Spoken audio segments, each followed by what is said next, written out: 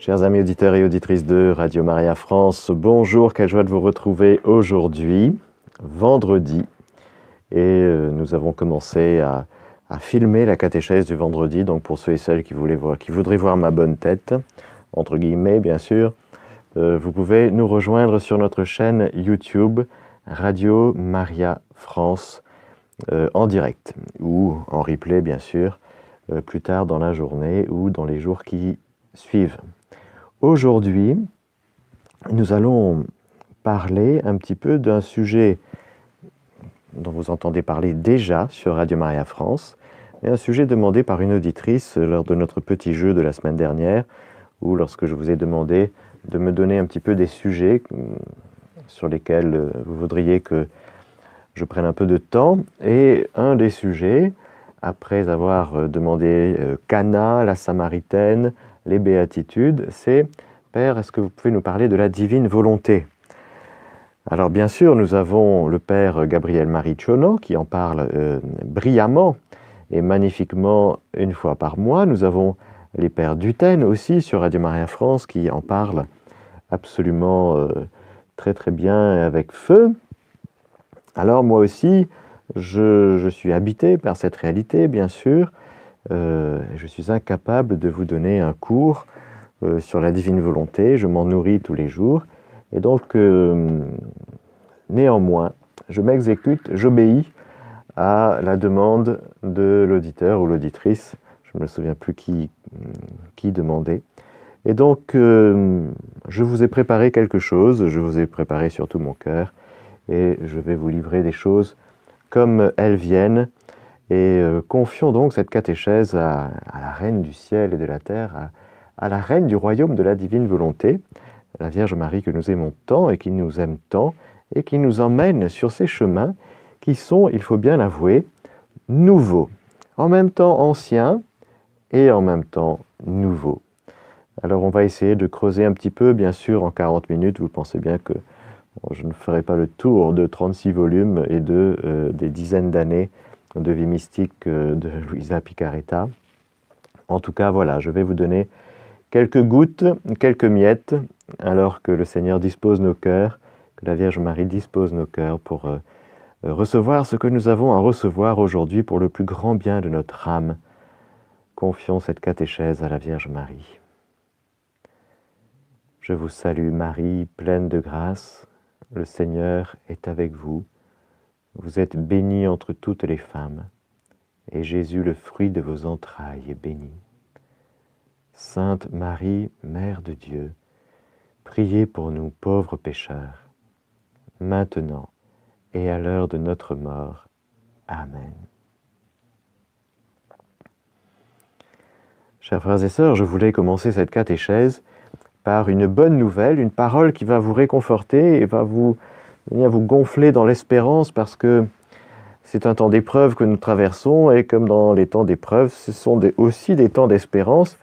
Mais du coup, nous et tout le monde d'ailleurs, on a besoin d'une bonne dose de vaccination d'espérance. Vous voyez ce que je veux dire? Donc une petite injection d'espérance. On va commencer la catéchèse comme ça. Le tome 12, 8 février 1921. Voilà ce que Jésus dit à Louisa. Vous allez voir, ça va vous donner beaucoup de... Ça va vous aérer, hein, un petit peu d'air frais là, dans votre espérance, vous allez voir. Pendant que le monde veut m'évincer de la surface de la terre, pardon,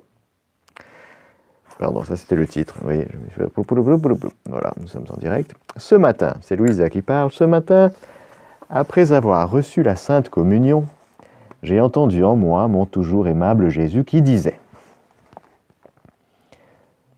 Ô monde inique, tu fais tout pour m'évincer de la surface de la terre, pour me bannir de la société, des écoles et des conversations. Tu conspires pour démolir les temples et les autels, pour détruire mon Église et tuer mes ministres. De mon côté, je prépare pour toi une ère d'amour. L'ère de mon troisième fiat. Pendant que tu tenteras de me bannir, je viendrai par derrière et par devant pour te confondre par l'amour. Partout où tu m'auras banni, j'érigerai mon trône et je régnerai plus qu'avant. Et d'une manière qui te surprendra, jusqu'à ce que tu tombes au pied de mon trône, foudroyé par mon amour.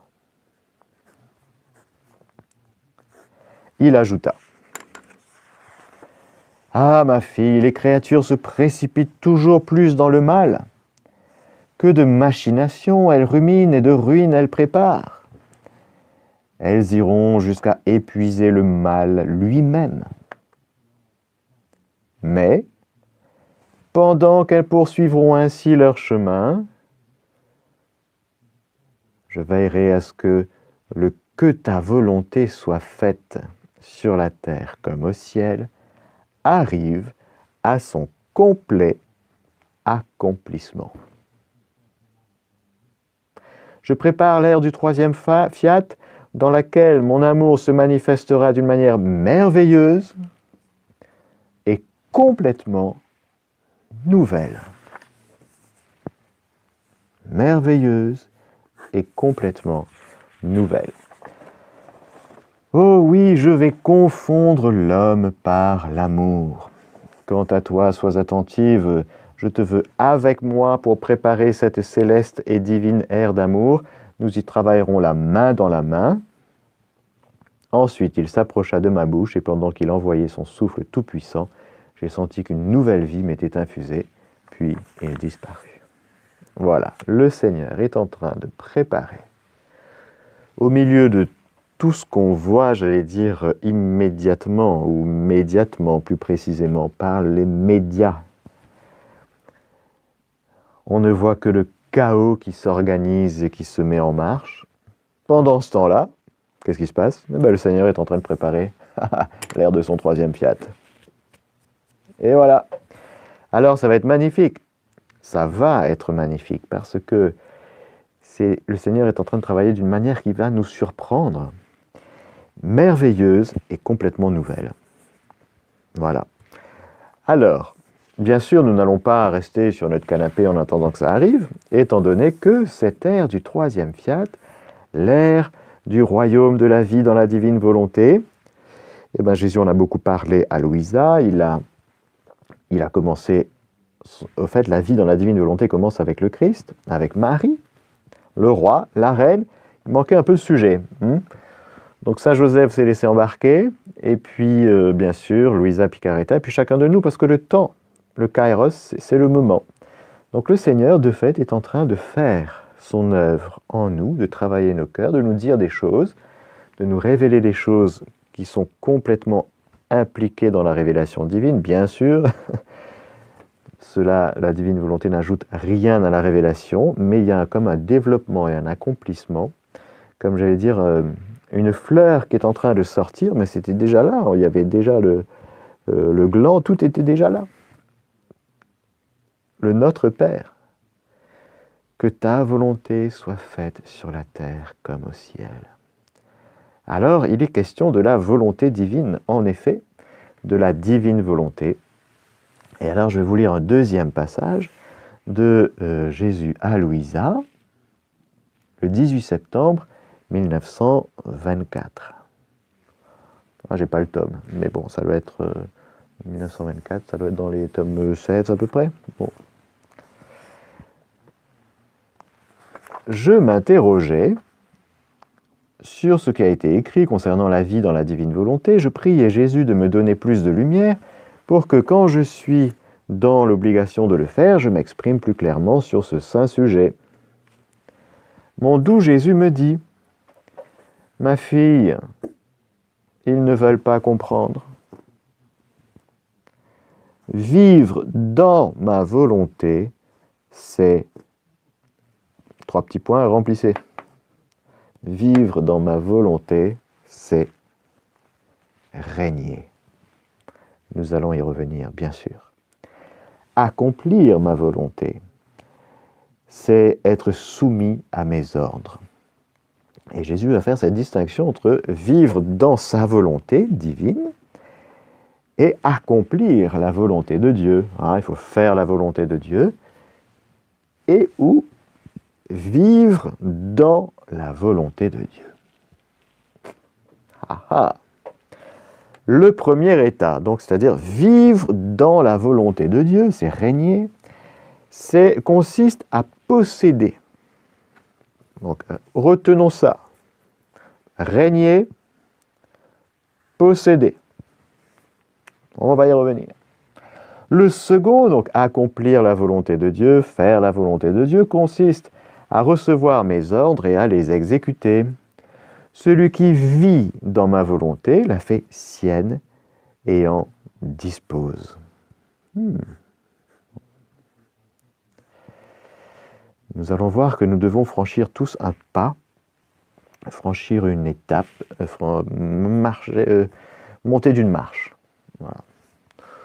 Ou prendre un ascenseur, mais vous comprenez, il y a quelque chose de... Il y a quand même un saut dans l'inconnu parce que c'était déjà là, un peu comme ce que dira Saint Jean dans sa lettre concernant le commandement de l'amour. C'est un commandement ancien que je vous écris, vous le connaissez déjà. Mais en Jésus, il est nouveau. Donc, bien sûr, la volonté de Dieu fait partie déjà de l'Ancien Testament, de la vie chrétienne, depuis le début de la vie chrétienne. Et tous les saints se sont attelés à accomplir la volonté de Dieu et ont bien compris qu'il y avait comme un petit conflit entre la volonté de Dieu et notre volonté propre, comme on dit. Alors, je poursuis. Celui qui accomplit ma volonté la voit comme la volonté de Dieu et non la sienne. Il n'en dispose pas à son gré. Vivre dans ma volonté, c'est vivre avec une seule volonté, celle de Dieu. Comme cette volonté est toute sainte, toute pure et toute paix, et qu'il n'y a qu'une seule volonté qui règne, il n'existe aucun conflit. Tout est paix. Les passions humaines tremblent devant la suprême volonté. Elles cherchent à se tenir loin d'elle. Elles n'osent même pas bouger ou s'opposer à elle parce qu'elles voient que le ciel et la terre tremblent devant elles. Comme première étape de la vie en elle, la divine volonté met l'ordre divin dans les profondeurs de l'âme et la vide de ce qui est humain. Tendance, passion, inclination et autres. Accomplir ma volonté, c'est vivre avec deux volontés. Conséquemment, quand je donne l'ordre de faire la mienne, l'âme sent le poids de sa volonté propre, ce qui provoque de la résistance. On parlerait du vieil homme. Même si l'âme accomplit fidèlement les ordres de ma volonté, elle sent le poids de sa nature rebelle, de ses passions et de ses inclinations. Combien de saints, bien qu'ils eurent atteint la perfection la plus élevée, se sentaient oppressés par leur volonté propre qui leur faisait la guerre. On a dans toutes les histoires de saints, on a ça. Et Saint François de Sales, un saint que nous aimons beaucoup, par exemple, qui luttait contre son tempérament tous les jours de sa vie. Plusieurs étaient forcés de s'écrier « Qui me délivrera de ce corps de mort ?» J'aime bien quand Jésus cite Saint Paul.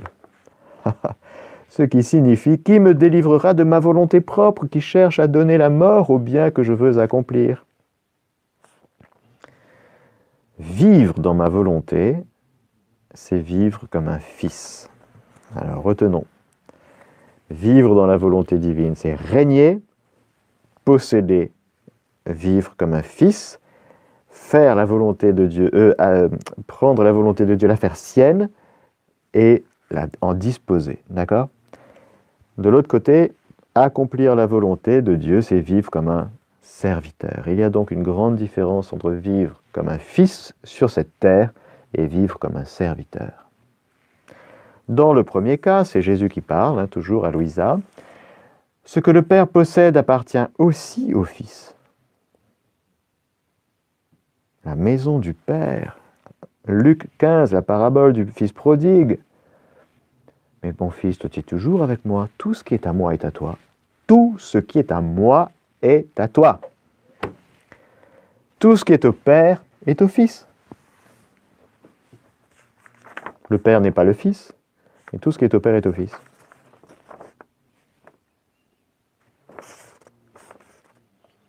Relisons avec allégresse le chapitre 17 de Saint Jean, la prière, ce qu'on appelle la prière sacerdotale, Jésus qui s'adresse au Père. Ouais, tout ce qui est au Père. Père, ils étaient à toi, tu me les as donnés.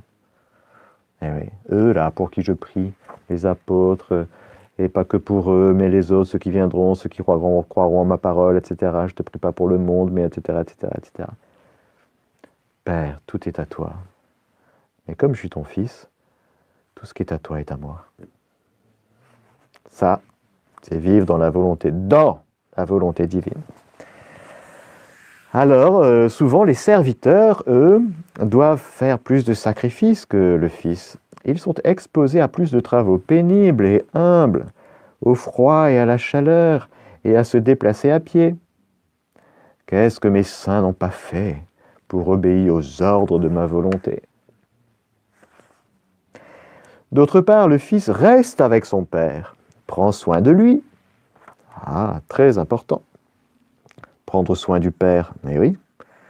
Ce n'est pas que le Père qui prend soin du Fils, c'est le Fils qui prend soin du Père aussi. Le réconforte de ses baisers, de ses caresses, dimension essentielle de la vie dans la divine volonté. C'est ce qu'on dira, quand on aura le temps de développer un petit peu, c'est la réparation, c'est la réciprocité dans l'amour. Voilà. Il donne des ordres aux serviteurs comme si c'était le Père qui commandait. S'il sort, il ne va pas à pied, mais en voiture. Nous sommes en 1924, déjà. Oui. Je ne sais pas ce qu'il dirait en 2021. Alors que le Fils possède tout ce qui appartient à son Père, ah voilà, le Fils possède tout ce qui appartient à son Père. Celui qui vit dans la volonté divine, il possède. Alors que le Fils possède tout ce qui appartient à son Père, les serviteurs ne reçoivent que le salaire dû à leur travail, restant libres de servir ou de ne pas servir leur maître. S'ils ne le servent pas, ils n'ont plus droit à aucune indemnité. Il y a un contrat. Pas de contrat entre le Fils et le Père, on est dans une autre dimension, dans autre chose. Quant au Fils, personne ne peut annuler ses droits. Empêcher qu'il possède les biens du Père, personne ne peut empêcher ça. Pourquoi? Parce qu'il est Fils. Aucune loi, céleste ou terrestre, ne peut annuler ses droits, ni délier sa relation de filiation vis-à-vis de son Père. Qui nous séparera de l'amour de Dieu manifesté dans le Christ Jésus? Rien ni personne, le futur, l'avenir, le passé, le présent, les esprits, la maladie, rien ne peut se séparer de l'amour de Dieu manifesté dans le Christ. Rien. Romains 8. Ma fille, la vie dans ma volonté est celle qui s'apparente le plus à la vie des bienheureux dans le ciel. Ça vous intéresse? La vie des bienheureux dans le ciel? Elle est aussi distante de la vie de ceux qui accomplissent ma volonté et qui sont fidèlement soumis à mes ordres, que le ciel est distant de la terre, que le Fils est distant des serviteurs, ou qu'un roi est distant de ses sujets. Alors là, il y a un nouveau type de sainteté. C'est pour maintenant, c'est pour notre époque, donc il faut y aller. C'est offert, c'est pour maintenant. Ah ouais, mais les saints d'avant, ben oui, ils sont tous super, les saints d'avant, tous. Et puis en plus, ils ont tous accompli la volonté de Dieu. Donc ils ont leur place préparée pour eux dans le ciel. Top, fabuleux. Nous, le Seigneur nous invite aujourd'hui non pas à renier cette relation de serviteur, mais à vivre notre relation au Seigneur comme des fils et des filles bien-aimés du Père,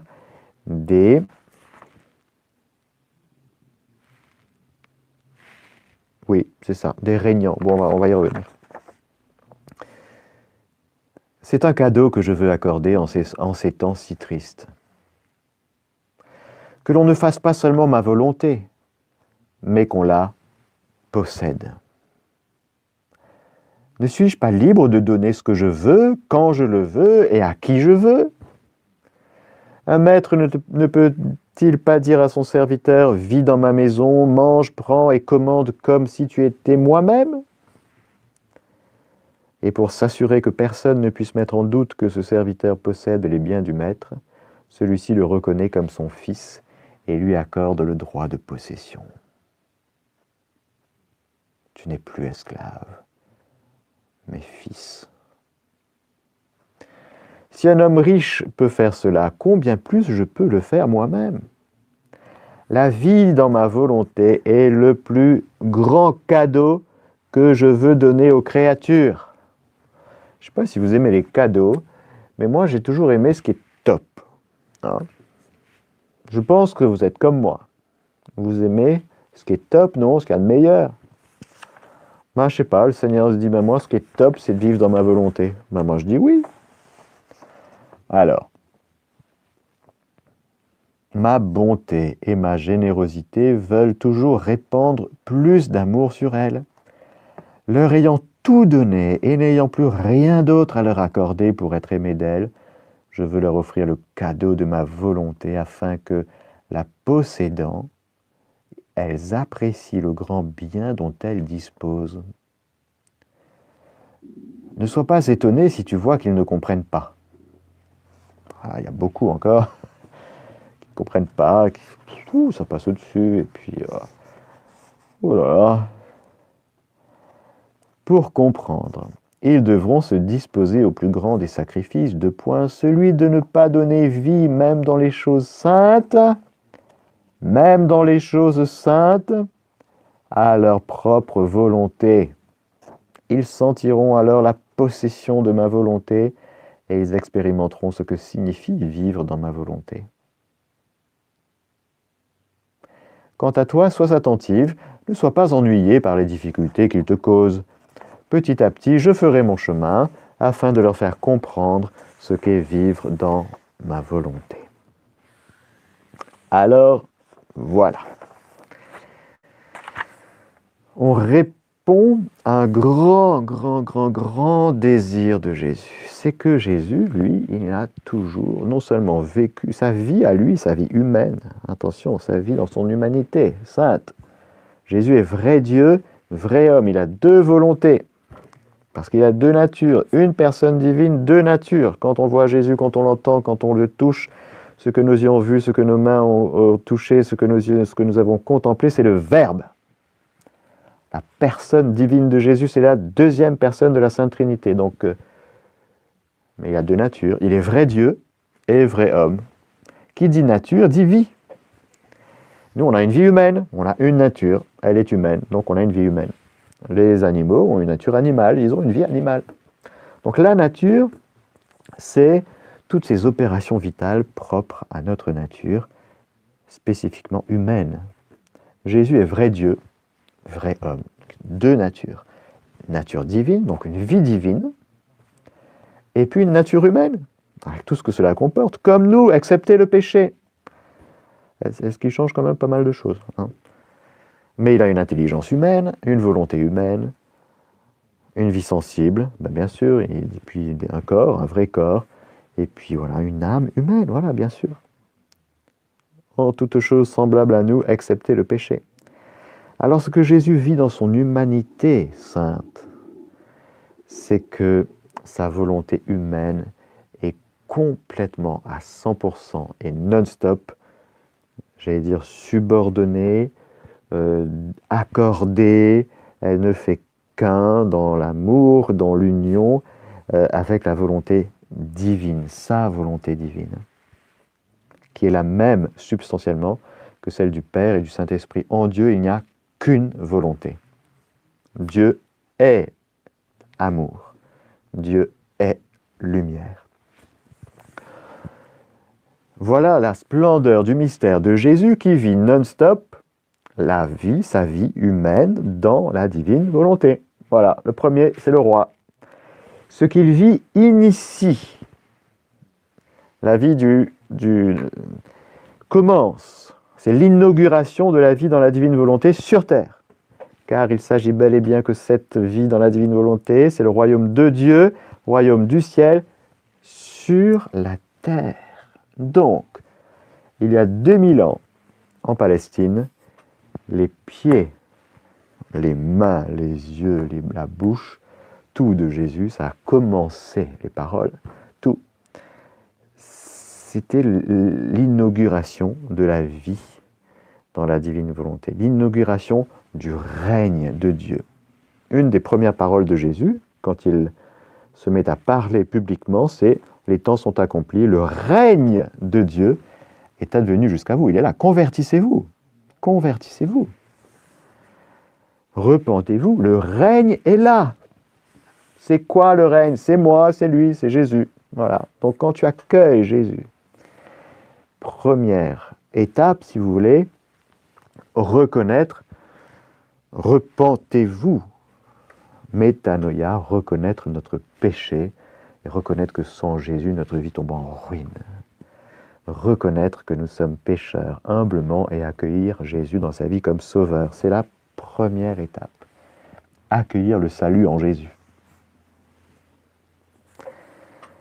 Accueillir le mystère de la croix de Jésus qui nous sauve, accueillir son sang. Si tu n'as pas la foi au salut, en la rédemption, en la miséricorde, tu ne pourras pas vivre dans la divine volonté. C'est pas possible. C'est la porte d'entrée. La porte d'entrée, c'est de se reconnaître sauvé. Donc je vous pose la question, je nous pose la question aujourd'hui, est-ce que vous croyez au salut ou pas? Parce que si vous voulez vivre dans la divine volonté et que vous ne croyez pas en la divine miséricorde, oui, en la miséricorde, vous n'entrerez pas dans la nouveauté, dans cette grande et belle, merveilleuse nouveauté que le Seigneur nous offre,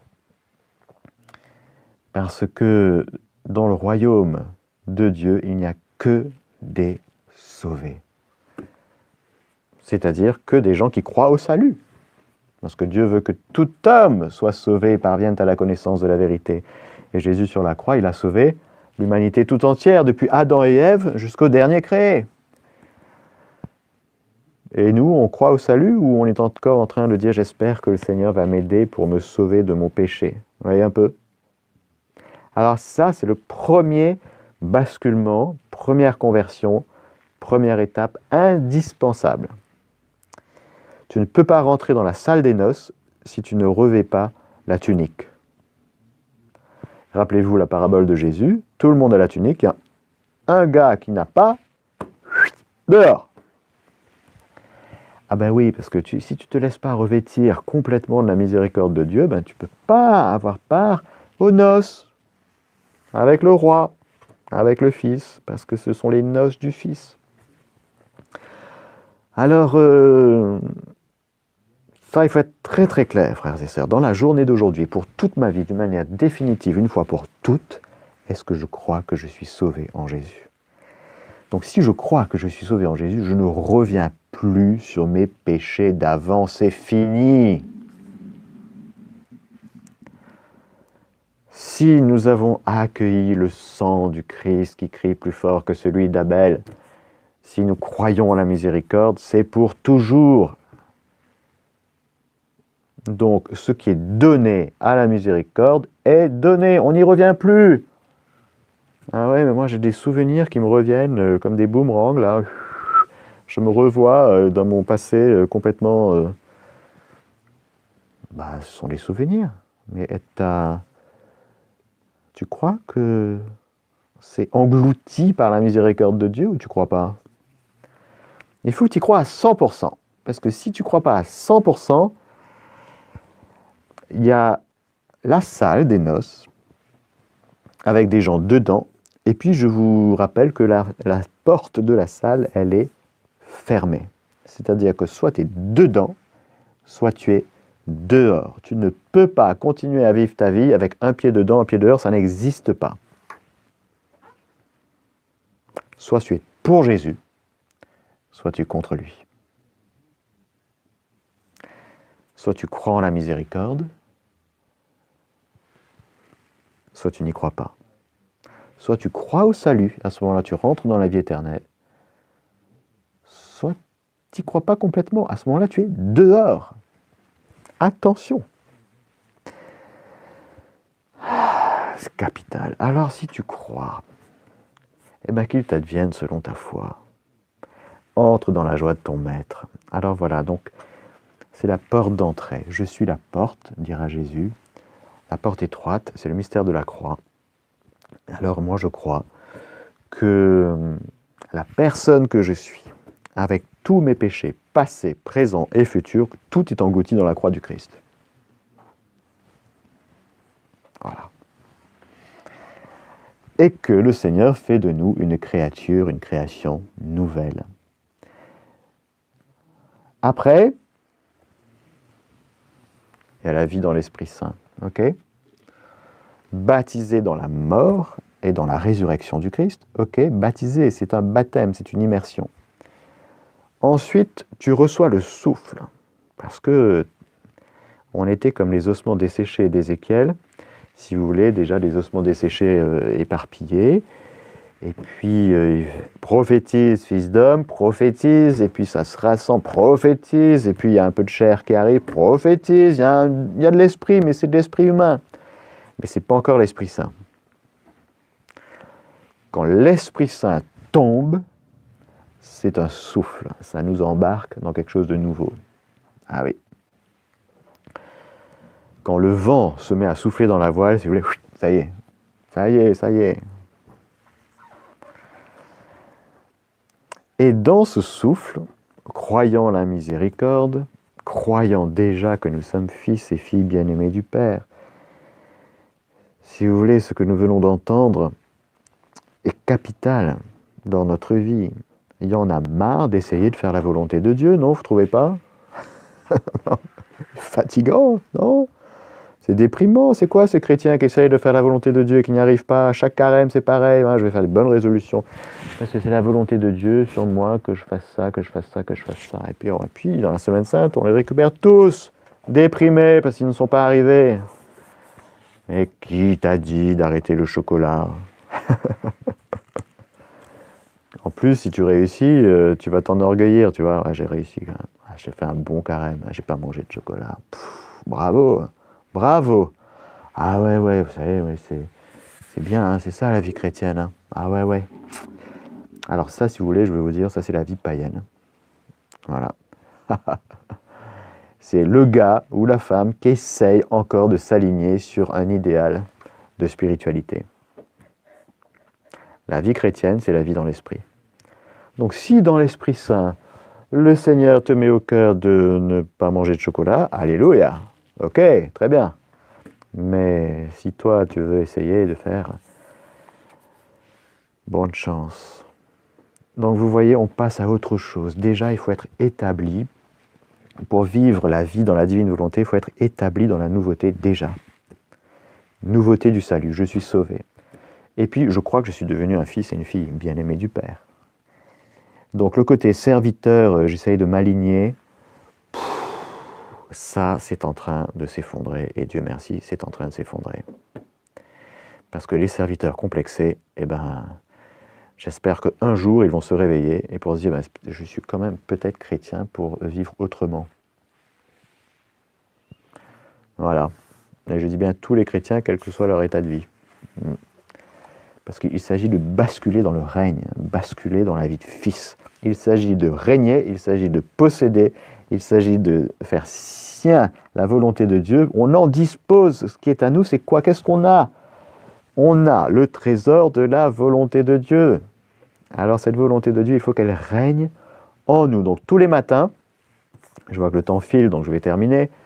Tous les matins et tout au long du jour, déjà quand on se réveille le matin, On dit je t'aime à Jésus, ça c'est le béaba bien sûr, comme ça, I love you, ich liebe dich, ti voglio bene, je t'aime Seigneur, ma vie c'est toi, alléluia. Voilà, même si on a les cheveux ébouriffés comme ça, vous voyez, c'est pas grave. Bon, déjà ça, et puis on donne sa volonté humaine, Seigneur, moi c'est ta volonté en moi, point. Ta volonté divine, je veux qu'elle règne en moi aujourd'hui et tout au long de ma journée. Et puis on se donne au Seigneur, notre intelligence aussi, bien sûr, nos pensées, et puis tout ce qu'on est, voilà, notre âme, notre corps, tout. Ça s'appelle la consécration baptismale, si vous voulez. Hein. Le baptisé, quand il se réveille, signe de croix, la journée, elle est vécue au nom du Seigneur, et non pas en notre propre nom.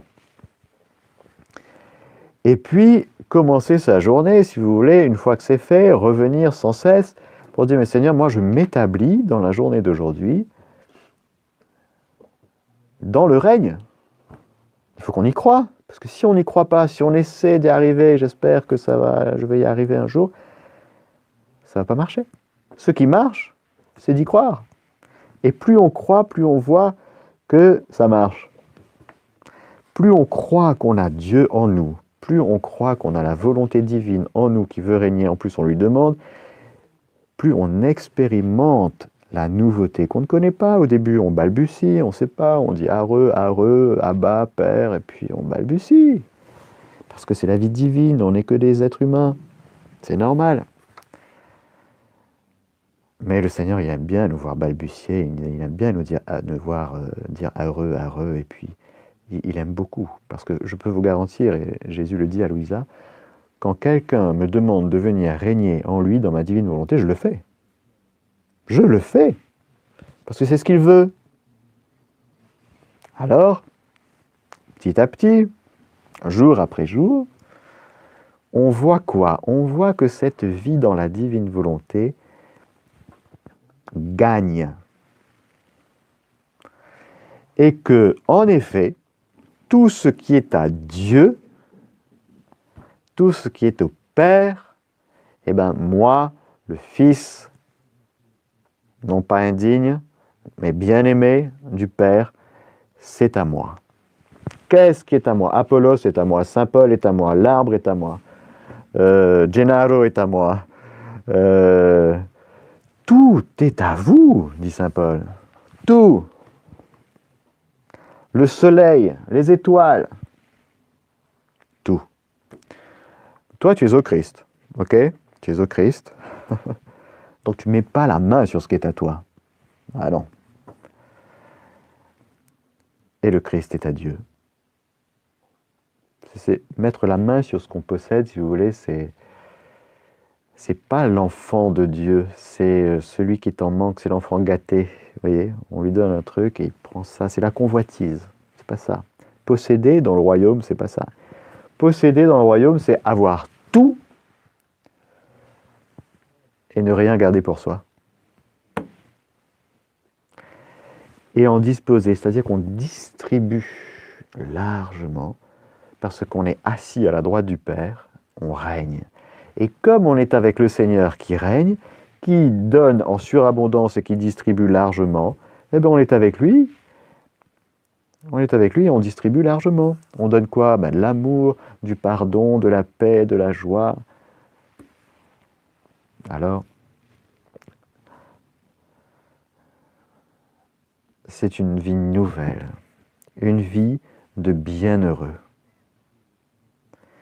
Nous avons vu dans la catéchèse précédente quelques balbutiements sur les béatitudes. Frères et sœurs, le Seigneur nous veut heureux, le Seigneur nous donne d'être heureux. Alors, recevons le bonheur que le Seigneur nous donne, recevons sa divine volonté pour en vivre. Et nous allons voir petit à petit, je vous garantis, que, en effet, à force de recevoir tout des mains du Père, à force de siéger à la droite du Père, comme des fils, siéger c'est le règne. Celui qui est à la droite du Père, il règne. Ah, il donne des ordres. Montagne, dégage.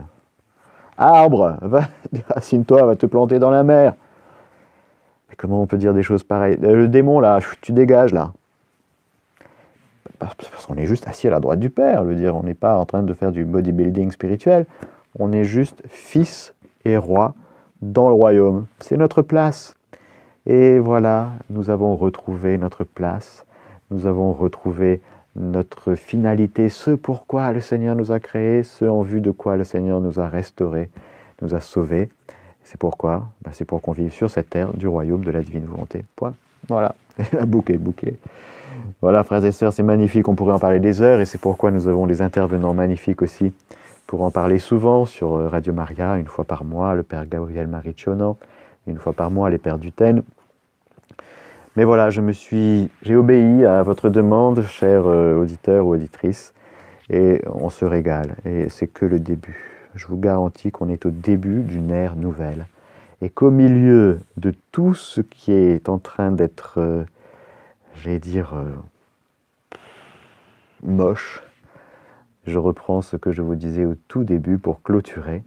Le 8 février 1921, dans le tome 12, « Partout où tu m'auras banni, j'érigerai mon trône et je régnerai plus qu'avant, et d'une manière qui te surprendra. Je prépare l'ère du troisième fiat dans laquelle mon amour se manifestera d'une manière merveilleuse et complètement nouvelle. Oh oui, je vais confondre l'homme par l'amour. Amen. Alléluia.